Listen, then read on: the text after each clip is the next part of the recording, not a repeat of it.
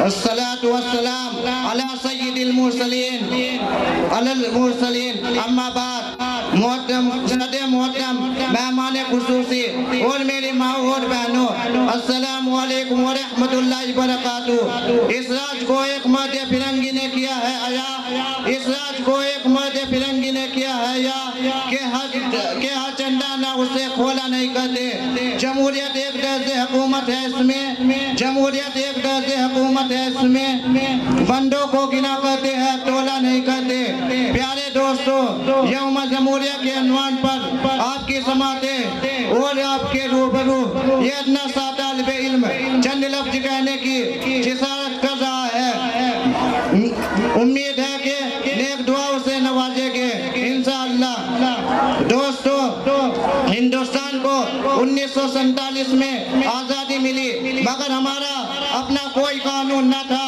इसकी कमी को पूरा करने के लिए 1949 में हिंदुस्तान के लिए एक आइन तैयार किया गया और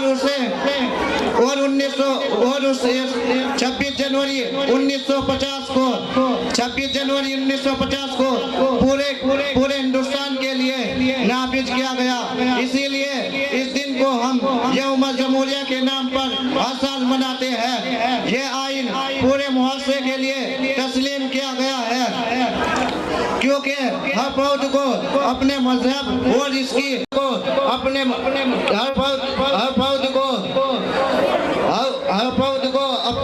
फौज को अपने खिलाफ इजहार करने की इजाजत है। हर फौज को अपने वसूल इंसाफ की आज़ादी है। मसवात वगैरह इसी तरह हर जिम्मेदारी हिफाजत करना, मुल्क की तरक्की के लिए कोशिश करना, भाईचारा कायम करना हमारी जिम्मेदारी में शामिल है। हम सब मिलकर इस हिंदुस्तान की तरक्की याफ्ता और खुशहाल हिंदुस्तान बनाए। मैं इसी शेर के साथ अपनी बात खत्म करता हूँ। ए वतन तेरे इसादाई है हम, ए वतन तेरे इसादाई है हम, तुझ पे मिटने की तमन्ना रखते हैं। तिरंगा रहे सदा सर बुलंद ए खुदा, तिरंगा रहे सदा सर बुलंद ए खुदा, तुझसे यही दुआ करते हैं। वमा अलैना इल्लल बलाग। जय हिंद, जय भारत।